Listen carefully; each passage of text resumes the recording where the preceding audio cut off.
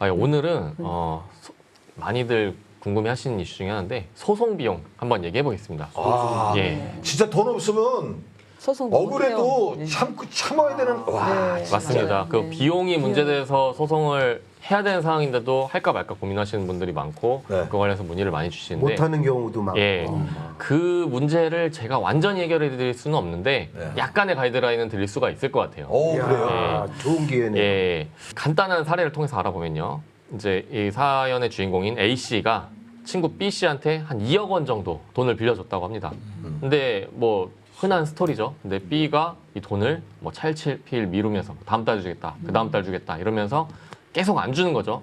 결국 친구 간의 의의가 상했고 A 씨는 B 씨한테 이제 대여금 청구 소송을 제기를 해서 받을 수밖에 없는 상황이 된 겁니다. 그러다 보니까 이제 소송을 혼자서 제기하기는 굉장히 힘들고 변호사 선임을 해서 진행을 해야겠죠. 예. 이런 비용이 발생을 하게 되는데 A 씨는 이거를 어디서 얼만큼 보전받을 수 있을까요? 이게 딱 전형적인 스토리잖아요. 네. 어떻게 생각하세요? 어느 정도 될 것 같으세요? 2억 원, 2억 원이다.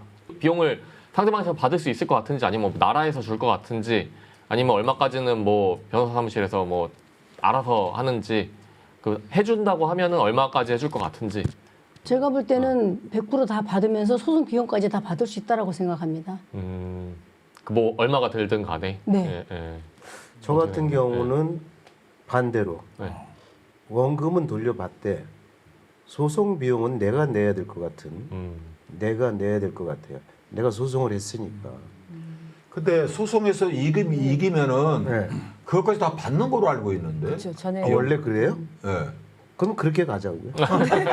그러니까 그 소송을 해가지고 네. 이긴 사람이 진 사람이 전부 다 그러니까. 그래요. 예. 근데 이제 어떤 또 나쁜 사람은 그 이자 복리 이자까지 또 청구하는 사람을 제가 봤기 때문에 그런 부분에는 판결 났을 때 원금과 그 소송 비용만 받을 수 있다라는 거지. 그건 너무했다. 해 보셨네.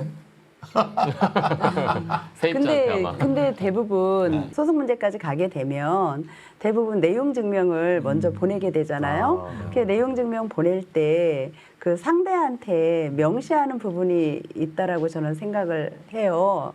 그 뭐 이 부분에 대해서 언제까지 어떻게 대처를 해주지 않으면 이 부분에 대한 비용 모든 비용까지 그쪽한테 청구를 하겠다. 그렇게 하고 싸움이 시작이 돼서 이겼을 때 모든 재반 썼던 소송 비용이나 모든 것들을 다 청구받지 않을까 저는 그렇게 생각합니다. 그 얘기가 뭐냐? 아니 저 김 변호사님 저렇게 그 미리 그 적시가 돼서 그게 써 있어야 그 받을 수 있는 겁니까 그럼?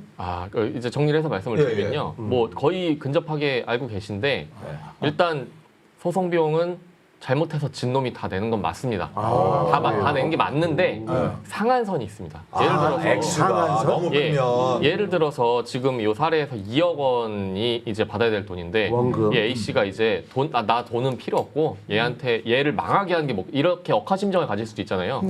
그래서 뭐 우리나라 제일 유명한 로펌 가서 막 2억 원짜리 소송인데 변호사 선생님이 막 5억 줄게요 막 이렇게 해서 한다고 칩시다. 좀 과장해서 말씀을 그런 드린 겁니다. 경우도 있겠네요. 예, 뭐 현실적으로는 뭐 2억인데 뭐 한 1억씩 주고 그럴 수도 있겠죠. 그렇죠. 그러면은 이것까지 이 사람이 100% 패소했다고 해서 다 물으라고 하면 좀 그런 부당하죠. 문제가 그러네. 그건 부당하네. 그래서 이제 대법원에서는 규칙으로 상한선. 변호사 소송 비용 산입에 관한 규칙이라는 게 있습니다. 이제 그래서 변호사 보수 같은 경우 소가에 비례해서 얼마인 경우에는 얼마까지 상한선 그거보다 낮게 준 경우에 거기까지만 주고 적정선. 그거를 정해놨습니다. 그 이제 가이드라인이 있네. 가이드라인이 있습니다. 그래서 현실적인 이 업계 서초동 업계에서의 변호사 보수보다는 조금 낮은데 이 부분은 상대방에서 받을 수 있는 거니까 예를 들어서 지금 요 사례에서 2억 원이잖아요. 네. 이 경우에는 계산해 보면 1,040만 원까지 상대방한테서 받을 수가 있습니다. 그리고 이거랑 별도로 이제 민사소송 같은 경우에는 다른 비용이 두 가지가 들어가는 게 더 있거든요.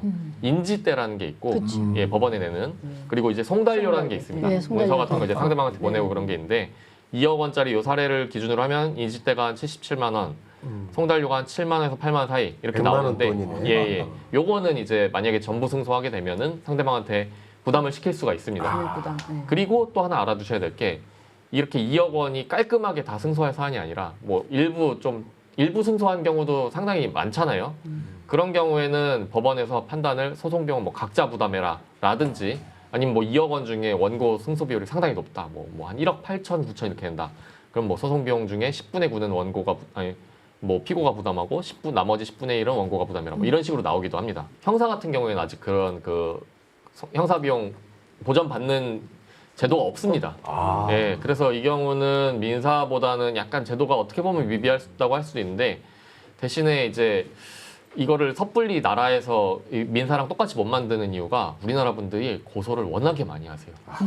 네. 고소를 워낙에 많이 하시다 보니까 이런 제도를 또 형사에까지 만들었을 때 뭐 여러 가지 문제가 예상되는 것들이 있어서 아직까지는 조금 연구 중인 것 같습니다. 요거를 알아두셨다가 이제 소송을 꼭 해야 되는 것임에도 불구하고 못할 때 요 정도까지는 내가 이기면은 보전받을 수 있다. 여기까지 고려를 하셔서 결정하시면 좋을 것 같습니다. 자, 시청자 여러분 잘 들으셨죠? 민사건은 나중에 이기면 돈을 받을 수 있지만 형사건은 못 받는다고 합니다. 꿀팁이죠. 자, 변호사가 필요하십니까? 그럼 죄를 짓지 마십시오. 그러면 돈 벌 수 있습니다. 안 쓰는 게 버는 거 아니겠습니까? 그래도 꼭 변호사가 필요하십니까? 네, 여기 유능한 김판수 변호사가 있습니다. 여기까지입니다. 지금까지 법대로 해라!